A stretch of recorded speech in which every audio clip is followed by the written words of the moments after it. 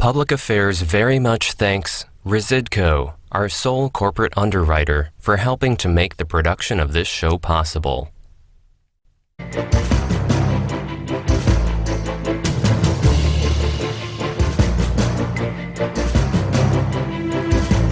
And I believe you shoot to stop bad people.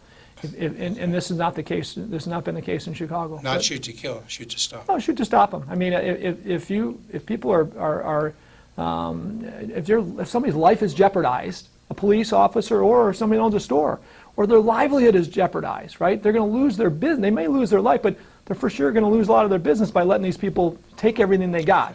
Okay, that dignity of building a business and the time it takes to do it, these people, their lives are ruined. The people don't understand, their lives are ruined. Those employees that worked in those places for so long that don't have jobs now, their lives are ruined. How isn't that a crime? Welcome back to part 2 of our interview with Gary Rabine, possible candidate for governor of the state of Illinois. And if you missed the first part, just go to youtube.com/IllinoisChannelTV. You'll see Gary and me there. You'll know this is the first part of that interview. And Gary, just to start out here, let's go back to the summer of last year, that horrendous death of George Floyd that happened up in Minneapolis, but then rippled across the country and to Chicago and into your neck of the woods, north of Chicago. And as you know, there was, what was there in June? They started with peaceful protests, and then you had looting all over. Not all over, but many places. People actually just going in and out of stores and taking things. The police just weren't there. I guess standout? I don't know. And then it got worse. It was in the Loop. You had riots. If you were governor, and try to put yourself back in the place of Governor Pritzker, Mayor Lori Lightfoot, before it all happened. You just knew there were going to be protests. You did know what was happening in Minneapolis, because I think that preceded Chicago, maybe some other areas. What would you have done? Give us your vision. How would you have handled that? Well, first off, 3 weeks after the original shutdown, right before Easter, I'm on LinkedIn, so I weigh in on different things, right? And I weighed in back then. And I said, there's no reason to shut down our economy or our schools. And after understanding the science that I knew, right? Okay, that's prior to this. That's prior to it. That's the COVID That's prior stuff. to it. Okay. But in the states where the lockdowns were the most, were the strongest, it's where the most violence happened. I mean, if we look at these cities where the most violence happened, it happened in lockdown states. Why? Because people are home, kids are home, people aren't in work. I mean, it's just, and either way, violence is not acceptable.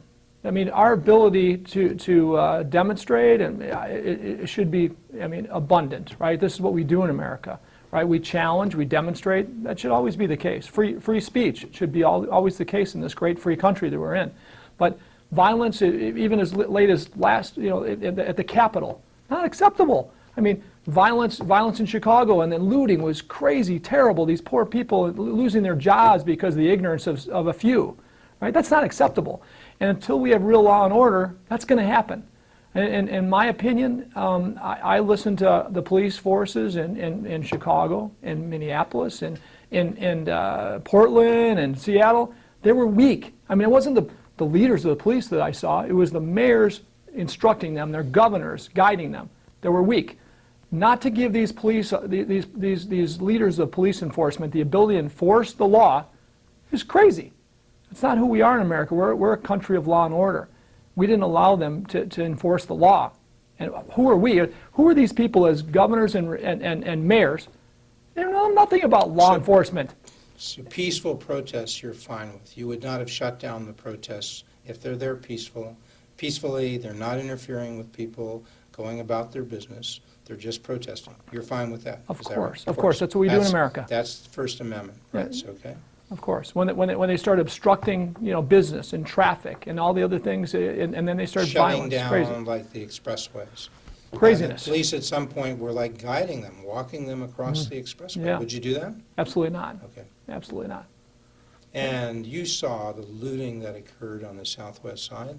People were going in and out of sporting goods stores just taking things at will. They're going in and out of Walgreens, taking drugs. And the police just weren't there. Do you think there was like a stand-down order from the mayor, the governor? What's your sense? You live in this. Absolutely. This area. We heard it over and over, right? Yeah. I mean, Stand stand down. How do you tell your police to stand down? They're not doing their job. Why do you have police, right? Okay. So Cra- what would crazy. you got 13,000. I know you're not the police chief. Let's say you're the governor, and perhaps the superintendent of police in Chicago was working with the mayor, working with the governor, I think they were weighing in, not just all up to the police superintendent. What do you say? You say, well, you try to structure a problem in business. Tell me, how many cops do you have? How do you deploy them? Can you think about that a little bit? Do you know how many police there are in Chicago? I don't know the exact number. Ballpark, 13,000. Yeah. So what do? You got 13,000.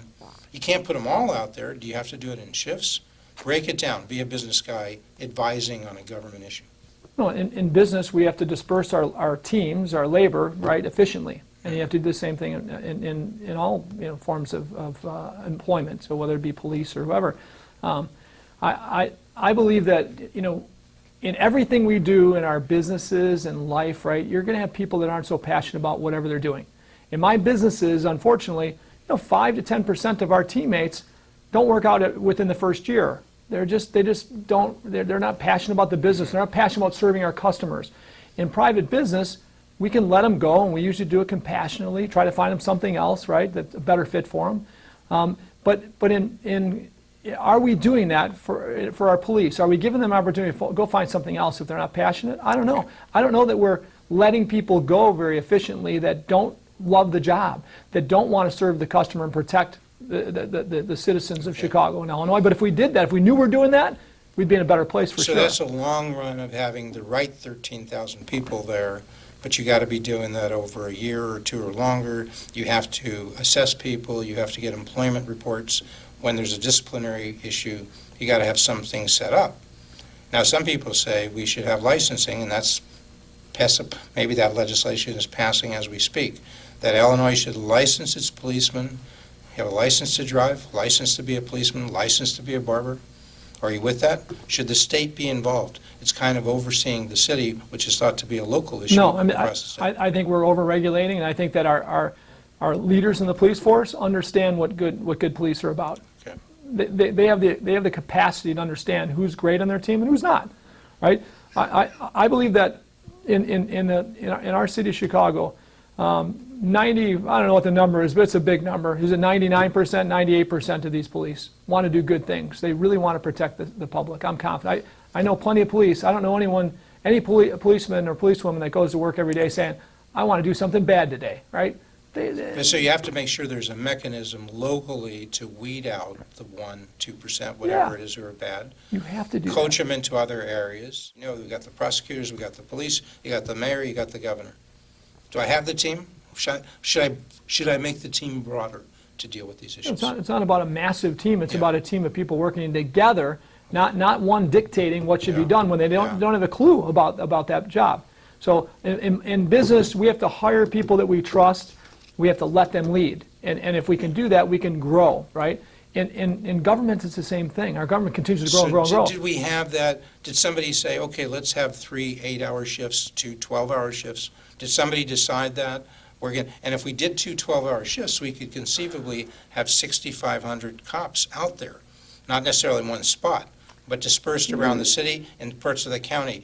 Do you sense we were doing that, or was the stand down just keep the police away and let these people steal at will? So of course the number of cops at any one time could have been a problem. I can't tell you that. I can't understand that well enough to assess that, right?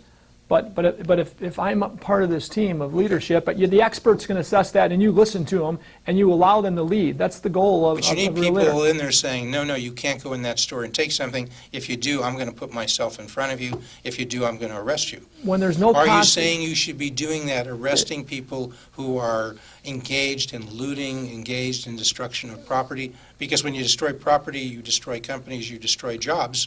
It's not just, as people say, property, right? It's jobs, it's people's lives. Of course. Well, so bad people will do more bad stuff if there's no consequences, right? People that are, on the edge of being bad, they'll probably turn the other way if there's some bad things that can happen, whether it's, you're arrested, you might be shot, right? Whatever it is, right? If there's bad things that can happen from doing bad things, you may slow that down. Unfortunately, in Chicago and these other cities, Often that's not been the case. We're not arresting, and then when we do, the state's attorney, it said, is not prosecuting often because she's a social justice warrior, Kim Foxx. Yeah. Do you have opinions about that? Oh, no, I mean, I'm not seeing the, law and order in any way when I look at the city of Chicago. Okay. So we need to be prosecuting the bad guys more than we are. You need to let the police. Let the leaders of the police really build the plan to police better and use law enforcement. And I believe you shoot to stop bad people.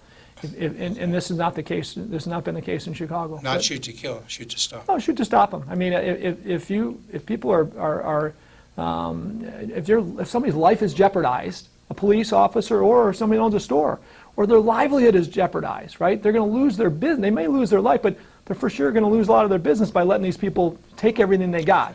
Okay, that dignity of building a business and the time it takes to do it, these people, their lives are ruined. The people don't understand. Their lives are ruined. Those employees that worked in those places for so long that don't have jobs now, their lives are ruined. How isn't that a crime? That hey, when you think it's okay to do that, be aware that you could be shot, and that should be the case in my opinion. I believe that has to happen. Where are you in that spectrum of what I'll call people who are cheerleaders for school choice, people who are neutral, yeah, take it or leave it, people on the far left who say, this is terrible, we shouldn't have any charter schools, any choice. Everybody should be going to a traditional neighborhood school. Put yourself on that spectrum. Where are you? Yeah, I put myself in my world. I'm a public school example of public school. My public school is a pretty good public school, though, right? Some friends of mine went to private school, and those private schools are maybe as good or better. I don't know, right? It depends on what you want. But why wouldn't you have the choice to go to a school that's going to compete for your business to deliver a better product to your kids? I look at these people in the urban environments. These poor people, they don't have a good school to go to. I mean, their local school that they have to go to might not be that good, right? Like the inner city of Chicago, inner city of Rockford, inner city of Decatur. These are where the schools across the state, call them inner cities, where you have larger percentage of kids whose parents are minority, who are low income. But like, it's not just spending, because in CPS, we spend about $21,000 per kid per year. May not be as much as New Trier, but it's a chunk. So private schools in the suburbs can be anywhere from $9,000 to $12,000, $13,000, $14,000, and these are private schools, 100% paid for privately. Often parochial now. We're not talking Latin school or Parker. We're talking a parochial school. Right? Yeah, correct. Again, because some of the Latin, those folks can be closer or in excess of what I just said for CPS. Yeah. But okay, so how do they do it for 9 or 10,000 when we're spending 20? Are they getting better outcomes and they're spending less? How do they do it?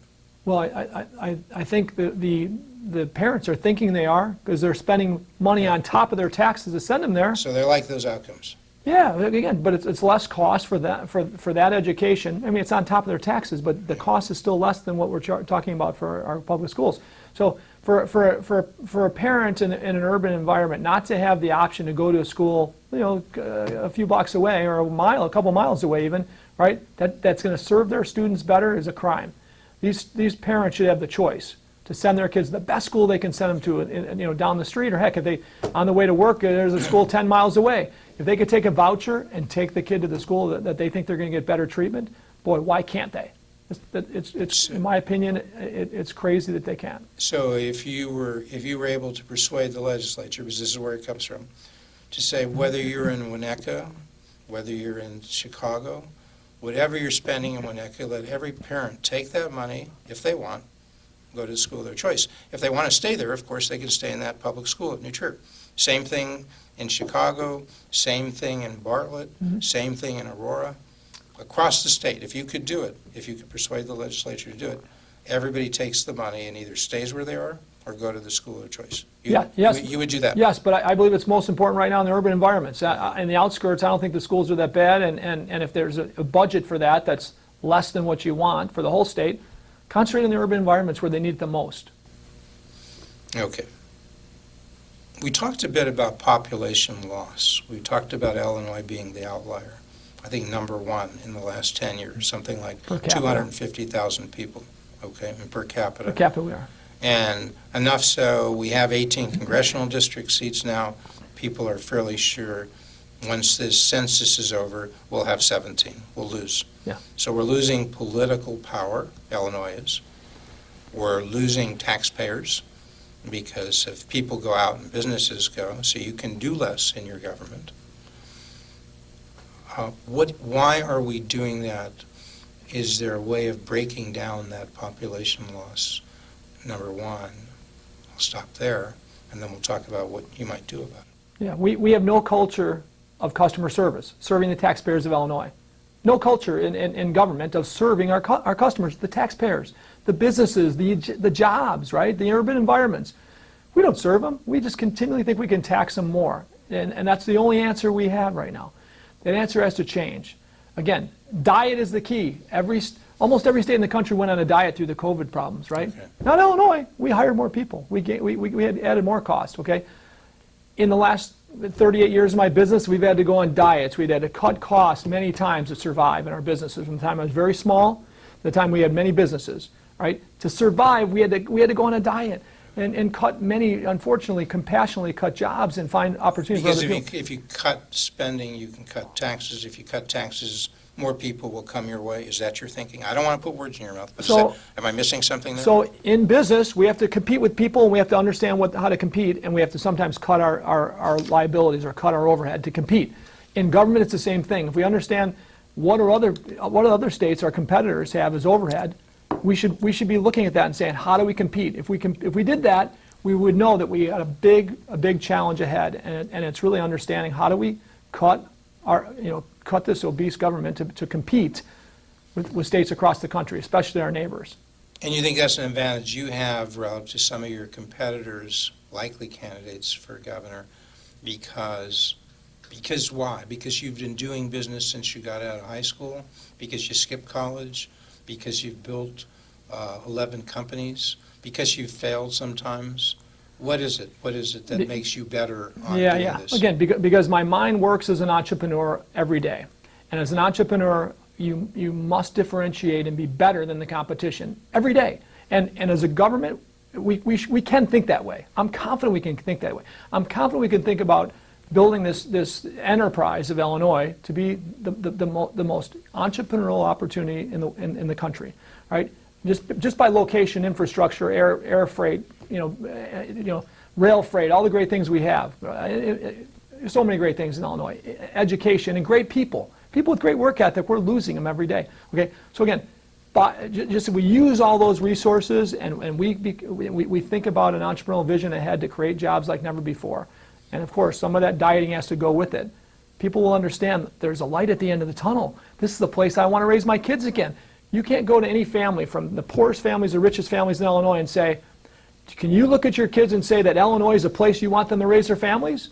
Nobody's telling their kids that anymore, no matter what environment you're in. 15 years ago, we all did. What happened? Well, we know what happened, right? Tax theft is at the highest level ever in our state.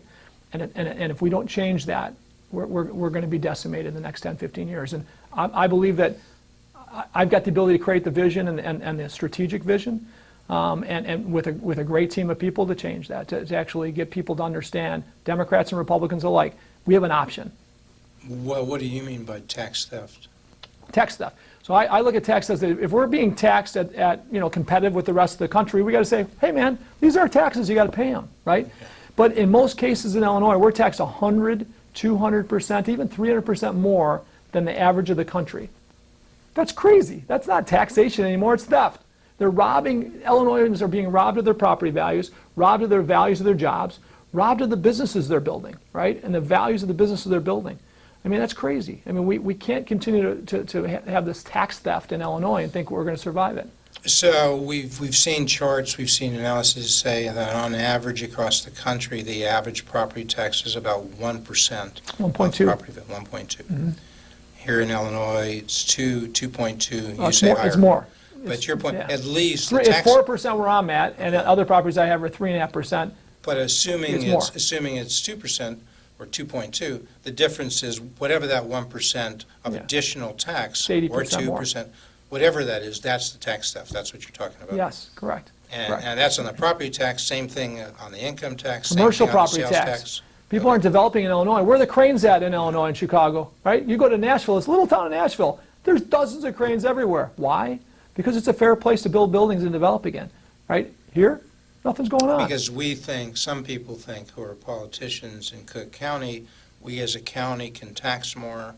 Maybe in the city of Chicago, we can tax more, maybe in Illinois, because people want to be here so much. Why don't we tax it, and then we'll get something for us? Is that their thinking? Well, that was their thinking. They've got to believe today that's not a good idea.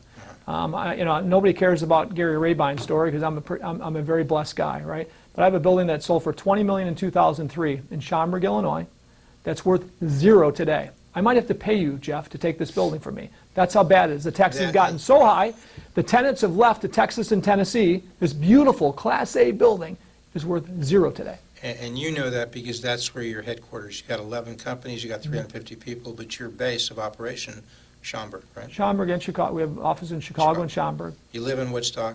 I live in Woodstock, and we have a place in Chicago, too. You've done work in Rockford. You've done work in other areas of the state.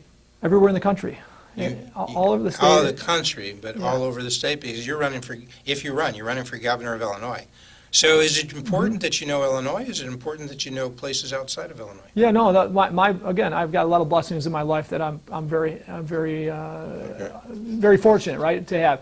One of my blessings is that I built my business in Illinois. My businesses are still based in Illinois, but many of my businesses serve companies in every state of the country. So in doing that, what do? I start to learn how much easier it is to do business in all different parts of the country. And that's where my passion lies, is why in Illinois are we messing up so bad? Why in Illinois do I have to be thinking about, I love the state. I haven't thought about moving my business, but anybody of the right mind would say, what are you doing in Illinois? Why are you still there? Does that help you if you run and become governor of Illinois? Does it help you that you have a network of people from the Job Creators Network, a network of CEOs outside of Illinois? Or is that just like icing on the cake? So my lessons in life have been because I've gotten engaged in many organizations and leadership, right? From local to city to state to national. And one of the greatest organizations I got involved in was Job Creators Network, started by Bernie Marcus back about 11 years ago, and I was blessed to be one of the first members and one of the first board members. And so I'm around these amazing job creators. Tell people who Bernie is. Bernie Marcus is the founder of Home Depot. Brad Anderson was one of the original people, and he was the CEO of Best Buy. And so I'm with these entrepreneurs that have built big things from nothing, big businesses from nothing, and their whole focus for this organization was just to challenge regulation that kills jobs. 100%. How do we make sure we protect jobs in America? That was their whole concept. And so I've been part of that team for a long time. And so with that, I've learned about regulation across the country that hurts jobs. Regulation in some states that are killing jobs. So is it federal, state, both? Federal is the most, what we focus on federal, bringing jobs back to America and keeping jobs here and stuff like that. But also it brings it back to the state too. We have the same problems, in our case more. So my lessons in job creation have been a lot from that as well, being around great people that understand it. And we get economic advisors in. Steve Moore's been a big part of that group, one of the sharpest economic advisors our country has today. He's a good friend of mine. He's been part of that group. So it's just, life is about constantly learning. So what about governors? Because you mentioned a lot of business folks, those are important. You know other governors because you want to be a governor. So I've raised my hand many times when there's opportunity, and an opportunity in Job Creators Network to meet governors across the country. Then I found out about a Republican Governors Association Executive Council, and I raised my hand, I got on that, right? And so the last 4 or 5 years, I've been learning from governors across the country what they've done to do good things for their states. And I picked out some governors that I thought did great jobs turning their states around. So again, my life is about finding mentors. You'll hear that in my podcast. That's what I do. I'm about finding mentors. I'm not the smartest guy in the world, but I sure the heck do look to be educated on a constant basis. And good things happen. I just got to know what I don't know to keep learning, right? But when I look at the governors in the Republican Governors Association, there's some great ones that have done amazing things. Mitch Daniels was an amazing governor that turned around Indiana, and they're kicking our ass today, Indiana, still. All derived from the job creation and the work that Mitch Daniels did in his 2 terms. I look at Scott Walker. Scott Walker's a great guy. He did great things in Wisconsin to create jobs, and they're kicking our ass, right? And he's not there anymore, but they're still kicking our ass from his start. Okay, I look at Jeb Bush, who's a friend of mine, and Jeb did amazing things in Florida to get it started there, where they had troubles. in their schools, and financially. They're doing great, and of course they're kicking our ass, right? So Rick Scott, amazing guy, a friend of mine that I've talked to. I mean, I talked to these governors. Tell people, Rick, who's Rick Scott was the former governor of Florida, also, and now a senator. And these people are compassionate people. Otherwise, I won't have conversations with people if they won't give me the time of day. I'm like, they don't think I'm important. That's okay. These people actually have great conversations with me because they care. And these are people that have sacrificed to be in the positions they're in. They don't make more money in government; they make less. I'm the same way. If I enter the ring, right, I'm going to make a lot less money. I'm not going to make money in my businesses. I'm not going to be able to add value to my businesses. I'm focused on the government. And in Illinois, I'm not going to make any money as governor, right? So for me, it's a loss. But I believe that in America, we need to be statesmen and step up once in a while. If we think we can make change, step up. Illinois is one of the best opportunities in the country to make a big change. So these are all Republicans. You know any Democrats in business, in politics, any people who, despite the fact you're in different parties, you might have some things in common with? Yeah, so on the Democratic side, I've got many of my friends are Democrats, especially Chicagoland area. I mean, half of my friends or more are Democrats, and I love them. They're my friends. Any politicians, many of any my names families. we know? You know what? I've not gotten into the Democratic, and I should. That's a great question, and I should dive into with Democrats and get into forums with Democrats more. Do you know many Republican names across the state? Are you know, more in the private side? So there's people that I admire that have been in government in Illinois, right? I think there's a lot of great people. Any names you'd throw out? Well, I know there's a guy, Dan Duffy, that did amazing things. I thought he was in business. He sold his business and technology. And he said, I'm going to put my hat in the ring, but only for 2 terms, right? 8 years. He was a state senator. State senator. I'm up north of not taking the pension, right? I'm going to serve, and I'm going to be a statesman. And he did exactly that. He would have won for a 3rd term. Right. In my opinion, no problem. He said, no, I'm done. That's what I said I always do. That's what I did. And then another great guy came in, Dan McConkey, right, to take his spot. Recent former guest. Okay, that is the model of success, in my opinion, in government, right? Statesmen who throw their hat in the ring, whether they're young kids, and there's a group of great kids across the country jumping in the ring, and older people that have sold their businesses or are more fortunate financially, or people in the middle of their careers, stay-at-home moms that just raised their kids and said, I'm ready to help, and there's plenty of those out there. Okay, I'm confident that that's what the best form of government we could have are people like that. And I believe there's people on the Democratic side like that, and on the Republican side, we need to hold them up and say, that's the profile of what a statesman is. We need more of them. And if we have that, now you're not there to protect your job. So is that what we call a citizen politician? That used to be the concept. We didn't have full-time career politicians.